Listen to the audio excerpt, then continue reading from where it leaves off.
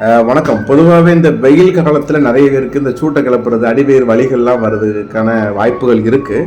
So நீங்கள் என்ன உணவுகள் சாப்பிடணும்னு சொல்கிறத விட ஒரு ஃபார்முலா சொல்கிறேன். பொதுவாக இந்த டைமில் இந்த உப்பு, புளி, காரம் இது அதிகமாக எடுக்கிறத கொஞ்சம் தவிர்த்துக்கோங்க. கொஞ்சம் அளவாக எடுக்கிற நபர்களாக இங்கே இருக்கும் பொழுது என்ன சுவை எடுத்துக்கலாம்னா கொஞ்சம் துவர்ப்பு சுவை உடம்புல உணவுகளில் சேர்த்துக்கிறது நல்லது.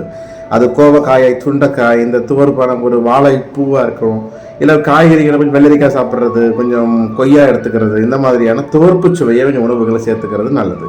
அப்போ துவர்ப்பு சுவைங்கிறது உடலுக்கு பலத்தை கொடுக்கும், அதிகமான ஒரு பலகீனத்தை தவிர்க்கும். மேற்கொண்டு கசப்பு சுவைங்கிறது வாரத்தில் ஒரு நாள் நம்ம பயன்படுத்துறது உடலுக்கு ரொம்ப ஒரு சுத்தப்படுத்துறதுக்குன்றத ஒரு மெத்தடை ஃபாலோ பண்ணி, இந்த மாதிரி அறுசுவைங்கிறது உடலுக்கு ஆரோக்கியம்.